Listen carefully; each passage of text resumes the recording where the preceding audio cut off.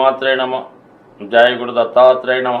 ఈ వీడియోలో మనం జనవరి 12వ తారీఖు నుంచి 18వ తారీఖు మధ్యలో జరగబోయే వార ఫలాలు వృషభ రాశి వారికి ఏ విధంగా ఉంటాయి అని పరిశీలించినప్పుడు, మరి వృషభ రాశి వారికి రాస్యాధిపతి శుక్రుడు దశమ స్థానంలో యోగకారకుడైనటువంటి శనిగ్రహంతో కలిసి ఒక అద్భుతమైనటువంటి ఉపాధి అవకాశాలు లాంటివి ఏర్పడే అవకాశం ఉంది.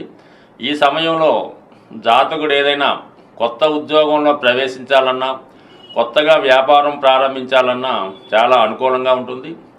ఇది ఫైనాన్స్ వ్యాపారం చేస్తున్న వారికి, కన్స్ట్రక్షన్ రంగంలో ఉన్నవారికి, అలాగే రాజకీయ రంగంలో ఉన్నవారికి ఈ గ్రహస్థితి చాలా అనుకూలంగా ఉండే అవకాశం ఉంది. ముఖ్యంగా ఈ రాశిలో ఉన్నటువంటి స్త్రీలకు చాలా వరకు ఉపాధి అవకాశాలు లభిస్తాయి. వారు ఏదన్నా కొత్త వ్యాపారం ప్రారంభించాలన్నా చాలా వరకు అనుకూలత ఉంది. ఒకవేళ ఈ రాశిలో ఉన్నటువంటి మగవారు కూడా భార్య పేరుతో కానీ, మీ యొక్క కుమార్తె పేరుతో కానీ ఏదైనా వ్యవహారం చేయడం వల్ల కానీ, ఏదైనా వ్యాపారం ప్రారంభించడం వల్ల మీకు చాలా వరకు కలిసి వచ్చే అవకాశాలు చాలా బలంగా ఉండడం జరుగుతుంది.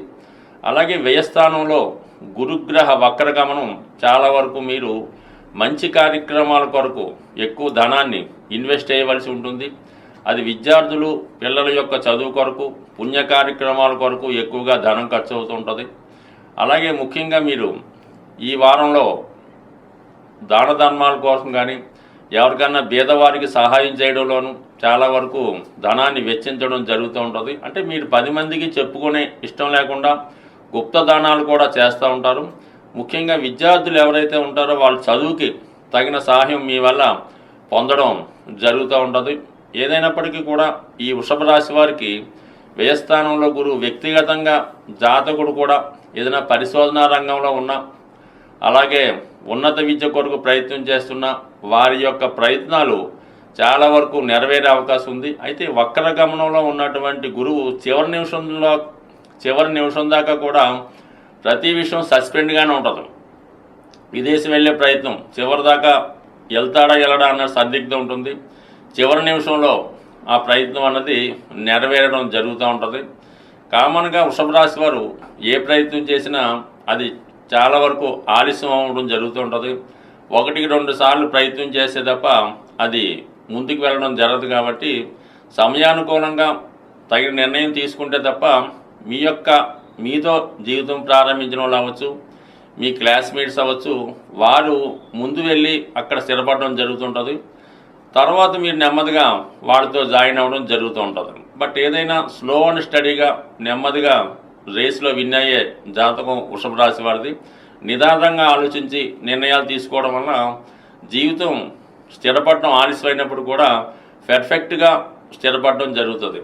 సో ఇక మనకి అష్టమ స్థానంలో ఇంచుమించుగా మనకి ఈ వారం 14వ తారీఖు వరకు కూడా అష్టమ స్థానంలో రవి బుధుల సంచారం.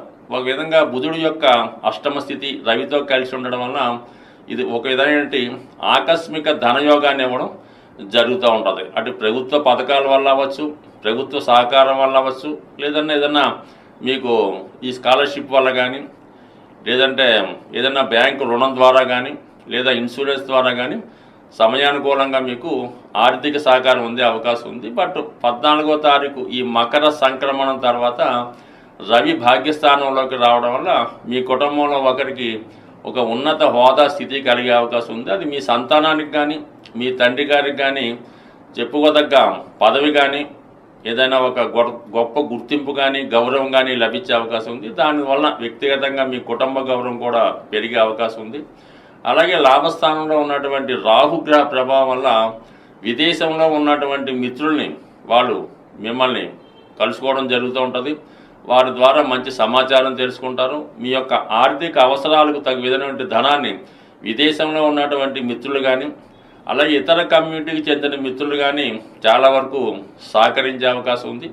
ఏదైనా స్పెక్యులేషను, షేర్ మార్కెట్టు, జోదం, పందెం మొదలగు వాటికి మాత్రం ఈ వారం అంతా దూరంగానే ఉంటే మంచిది. బట్ ధనం వచ్చినప్పుడు కూడా అక్కర్లేని ఖర్చుల వల్ల, చిన్న మిస్టేక్స్ వల్ల, సెల్ఫ్ మిస్టేక్స్ వల్ల ధనం నష్టపోయే సూచనలు ఉన్నాయి. కాబట్టి ఆర్థిక విషయాల్లో మాత్రం ఎటువంటి ప్రయోగాలు చేయకుండా జాగ్రత్త వహించడం మంచిది. సాధారణంగా గ్రహాలు మనకి అనుకూలమైనటువంటి ఫలితాలు ఇవ్వాలంటే సూర్యగ్రహం యొక్క అనుగ్రహం తప్పనిసరిగా ఉండాలి. జాతకంలో సూర్యభగవానుడు ఎంత బలంగా ఉన్నా మన దైనందిన జీవితంలో గోచారంలో సంచరిస్తున్నటువంటి రవి యొక్క సంచారాన్ని బట్టి కూడా జాతకుడి యొక్క ఫలితాలు ఆధారపడడం జరుగుతూ ఉంటుంది. ముఖ్యంగా ప్రతీ నెల సూర్యభగవానుడు ఒక రాశి నుంచి ఒక రాశికి మారడానికి ఒక సంక్రమణంగా మనం పెద్దలు నిర్ణయించారు. ముఖ్యంగా ఈ నెలలో ఏర్పడుతున్నటువంటి మకర సంక్రమణం, ఇది విశేషంగా అన్ని ప్రాంతాల వారు దీన్ని ఒక పండగలాగా, అంటే మకర సంక్రమణం నుంచి ఈ భోగి పండగ కనుమ ప్రారంభం జరుగుతూ ఉంటుంది. అంటే దీనికి మనకి ఉత్తరాయణ పుణ్యకాలం స్టార్ట్ అవుతుంటుంది. మరి ఈ సమయంలో ఏ పని చేపట్టినా అది మంచిగా జరిగి దేవతల యొక్క అనుగ్రహం పొందే అవకాశం ఉంటుంది. కాబట్టి మరి ఈ మకర సంక్రాంతి రోజు, అంటే మనకి జనవరి 14వ తారీఖు రోజు మరి విశేషంగా ప్రతి ఒక్కరూ కూడా ఏదైనా ఒక దేవాలయాన్ని సందర్శించి ఆ రోజు సూర్య నమస్కారం చేసుకోవడం కానీ సూర్యుని విశేషంగా ప్రార్థించి ఆ రోజు నియమంగా ఉండడం వల్ల దగ్గరలో ఏదైనా సూర్య దేవాలయం ఉన్నా లేదంటే రామాలయం ఉన్నా కనీసం వెంకటేశ్వర స్వామి టెంపుల్ కన్నా వెళ్ళి విధి విధానంగా పూజ చేసుకోవడం వల్ల చాలా వరకు మనకి ఈ సూర్యుని యొక్క అనుగ్రహం ఉత్తరాయణ పుణ్యకాలం అంతా ఉండే అవకాశం ఉంది. ముఖ్యంగా ఇదే వారంలో వచ్చే కనుమ పండుగ రోజు మరి ఏదైనా మీరు గోశాలను దర్శించి అక్కడ ఉన్నటువంటి గోవుల్ని సేవ చేయడం కానీ ఆ గోశాల నిర్వహణకి మీరు ఏదైనా కొంతవరకు ద్రవ్యాన్ని సమర్పించడం వల్ల కానీ ఆ పశువులకి ఏదైనా ద్రవ్యాన్ని ఆహార పదార్థాలని స్వీట్స్ బెల్లం వగైరా వగైరా ఇవ్వడం వల్ల అటు అటు ఒక విధంగా లక్ష్మీ అనుగ్రహానికి పొందే అవకాశం ఉంది. ఇది సాధారణంగా గ్రామీణ ప్రాంతాల్లో ఈ కనుమ పండుగ రోజు రైతులు చేస్తూ ఉంటారు.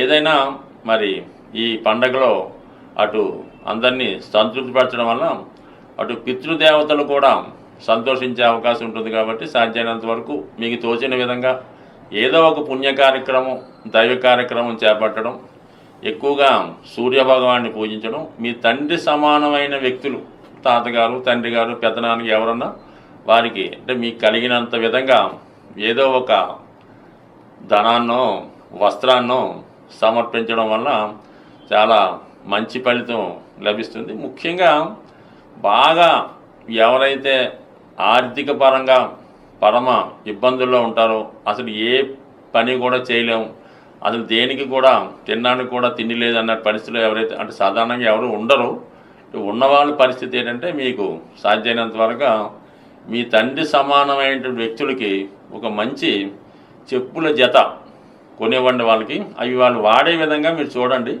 ఈ విధంగా ఒక్కసారి మీరు ప్రయత్నం చేయండి. మీరు ఎంత దరిద్రంలో ఉన్నా దాని నుంచి బయటపడే విధంగా నేను చాలామందిని అనుభవపూర్వంగా చూడడం జరిగింది. అంటే మీ తండ్రి గారు ఎంత గొప్పవారైనా మీరు ఏ స్థాయిలో ఉన్నా వారికి మీరు ఒక మంచి ఖరీదైనవో మామూలువో చెప్పుల జత స్వయంగా వారికి ఇవ్వడం వల్ల అవి వారు వాడటం వల్ల మీరు ఆ చెప్పులు అరిగిపోయేంత లోపల మీ యొక్క సర్వ దరిద్రాలు తీరిపోయే అవకాశం ఉంది. స్వస్తి.